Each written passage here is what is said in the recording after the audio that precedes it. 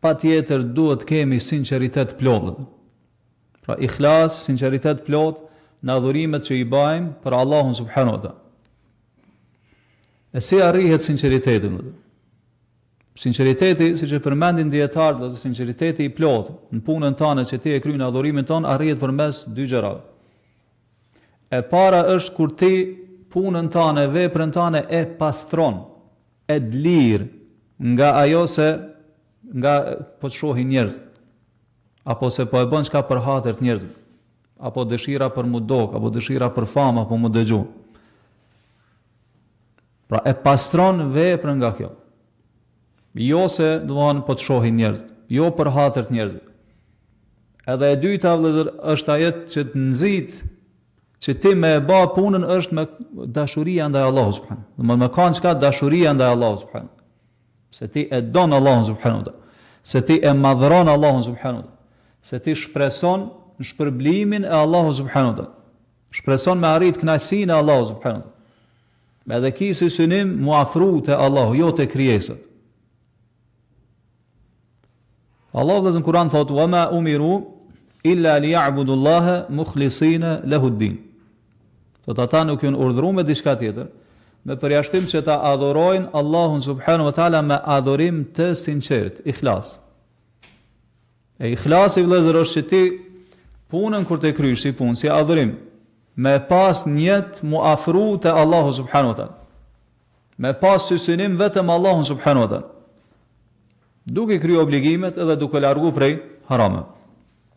Inshallah Sheikh Uthaymeen rahimahullah na sqaron në realitetin, në mënyrë për kryim na sqaron realitetin e ikhlasit. Çka do të thotë se ti po adhuron Allahun sinqerisht? Çfarë është kuptimi i kësaj? Thot alla yahmil al-'abda ila al-'ibada, thot ajo që ikhlasi është që ajo që ty të nxit me bani punë në adhurim është kur gjë tjetër përveç se dashurisë ndaj Allahut subhanahu. Pse e don Allahun subhanahu wa taala. Unë vetë është pse e kryen këtë adhurim. Gjëja e parë që do të më kanë është se ti e don Allahun subhanahu wa taala. Se ti e madhron thot Allahun subhanahu wa taala. Se ti shpreson shpërblimin e Allahut subhanahu wa taala. Kënaqësinë e Allahut subhanahu wa taala, edhe i frikohesh dënimit të tij. Çka do të më kanë dhe ai shtyçja ai motori si neve na nxit për me bë punë të mira. Pastaj e sjell shehu këtu një shembull, dhe thot Allahu subhanahu wa taala, thot duke përshkruar pejgamberin sallallahu alaihi wasallam dhe shokët e tij thot Muhammedur Rasulullah, Muhammed është i dërguari i Allahut, walladhina ma'ahu ashidda'u 'ala al-kuffari ruhama'u bainahum. Dhe ata që janë me to, pra shokët e tij sahabët, thot janë të ashpër ndaj besimtarëve, janë të mëshirshëm mes vete. Tarahum ruk'an sujjadan. Thot Allah te thot i sheh ata duke bë shumë ruku edhe shumë sejdë, pra shumë namaz. Për çka? Çka është ajo që i ka nxit? Thot yabtaghuna fadlan min Allahi wa ridwan. Nga që kërkojnë mirësi prej Allahu subhanahu wa taala. Edhe e kërkojnë kënaqësinë e Allahut subhanahu wa taala. Pa kuptimi i kësaj është se njeri i cili i bën punë të mira, vetëm ju ka bë si shprehi, ju ka bë si rutinë, ju ka bë si zakon. Ky njeri vëllazë nuk e ka sinqeritetin e plotë në adhurimin ndaj Allahut subhanahu wa taala. Pra ka mangësinë sinqeritet. Pse sinqeriteti nuk është vëllazër që ti vetëm mos me pas ria, edhe mos me pas dyfaqësi në punët e tua. Sinqeriteti është kur ti del para Allahu subhanahu wa taala me zemër që e don Allahun subhanahu. E kryen adhurimin me një zemër e cila e don Allahun subhanahu. Me një zemër e cila e madhron Allahun subhanahu. Me një zemër e cila shpreson shpërblimin e Allahut subhanahu. Edhe friksohet prej dënimit të tij. Shkolla është thelbi i fesë, i fjalës la ilaha illallah. Siç na sqaron këto Ibn Taymi rahimahullah.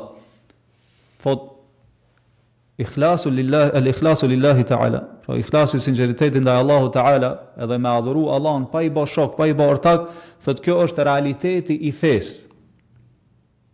Thot edhe kjo është synimi, objektivi kryesor i mesazhit shpallës që e ka zbrit Allahu subhanahu wa taala. Edhe thot është ajo ajka e Kur'anit. Thot walahu khuliqal khalq. Pikërisht për çfarë Allah i ka kriju krijesat.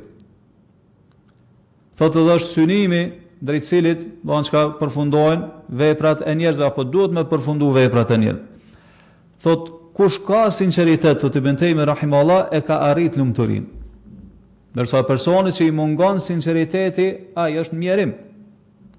E pikërisht ka l-ikhlasat është realiteti i fjalës la ilaha illallah, edhe këtu ka thot unanimitet njerëzshmërinë thirrjen e gjithë profetëve të kësaj.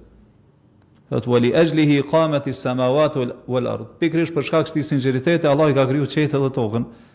Mundej me thënë ka kriju shka edhe xhenetin edhe zjarrin, i ka dërgu profet edhe i ka zbrit librat, edhe njerëzit janë dashka të mirë edhe të lumtur, të pafat edhe të lumtur. Andaj vëllezër, na duhet me kushtu vëmendje të madhe sinqeritetin, nëse don me e pas lidhjen tënde në rregull me Allahun subhanahu wa taala. Nëse don me e gjetë çat prehjen me Allahun subhanahu wa taala. Mu knaç me adhurimet e tua, duhet me e rujt vëllezër sinqeritetin, me i kushtu vëmendje ikhlasit. Ajo që ka ndihmon vëllezër këta, siç e përmendin dietarët mesin e tyre Ibn Kaimi, është që punët e mira me imshef. Bon ato që kërkohet me imshef, se jo të gjitha, disa kërkohet që me i shfaq para njerëzve. Mirë po, punët e mira vëllezër çka mos me i shfaq para njerëzve. Aq sa ki mundsi. Si për shembull, në nshtrimin, frikën që e ki edhe thyrjen para Allahut subhanahu wa taala. Pse duhet me imshef vëllezër këto punë? Se në moment që njerë ti i shfaq këto para njerëzve, edhe njerëz i shohin këto të ti. Kjo, thot Ibn Kaimi, fa yufsidu alayhi waqtahu, kome ta prish kohën që ti e çon në adhurim për Allahun subhanahu wa taala, wa qalbahu, kome ta prish zemrën, wa halahu ma Allah, edhe kome ta prish gjendjen tane me Allahun subhanahu wa taala. Pse se ti tash po i bën punë se ka hi vet janë çev, edhe po don që njerëz me të pa, tu i bë ato punë. Pra nuk ka më aty sinqeritet. Thot edhe sa njeri thot që e ka synu Allahun subhanahu wa taala. Edhe ka ecë drejt Allahut, thot është ndërprer për shkak të sajna. Pra ka mbet në gjysmë rrugët. Andaj thot wal ma'sumu man asamahu Allah. Kush është i ruajtur në këtë mes, thot vetëm ai që e ka ruajtur Allahu subhanahu wa taala. Andaj thot Ibn Kaimi në librin e tij Tariqul Hijratain, thot wa man athara Allah ta'ala ala ghayrihi. Kush i jep çka është realiteti edhe thelbi i sinqeritetit, dhe kush i jep përparësi Allahu subhanahu wa taala ndaj çdo gjëje tjetër, thot atharahu Allahu ala ghayrihi. Allahu jep atij përparësi edhe përpara para çdo gjëje tjetër. Para çdo kujt tjetër. Kuptimi i këtyre fjalëve të Ibn Kaimit është se kur ti i jep përparësi Allahut edhe asaj që e do Allahu subhanahu wa taala, ndaj asaj që e don ti vetë, edhe don nefsi yt, apo e dëshiron dikush që ti e don ata, apo ka pozitë tek ti. Mirë po prap ti je përparësi Allahut edhe asaj që e dëshiron Allahu subhanahu wa taala, atëherë që kjo është shenjë e sinqeritet. Kur ti e don ata që e don Allahu, e urren ata që e urren Allahu subhanahu wa taala. Je përparësi asaj që e don Allahu. E rezultati i kësaj vëllezër se ky njeri mbulohet me mirësi, me bereqete, edhe me furnizime, qoftë konkrete, qoftë abstrakte, prej Allahu subhanahu wa taala. Pra mirësitë e Allahu subhanahu wa taala nxitojnë drejt këtij njeriu, për shkak se e ka vendosur Allahun para çdo gjëje tjetër.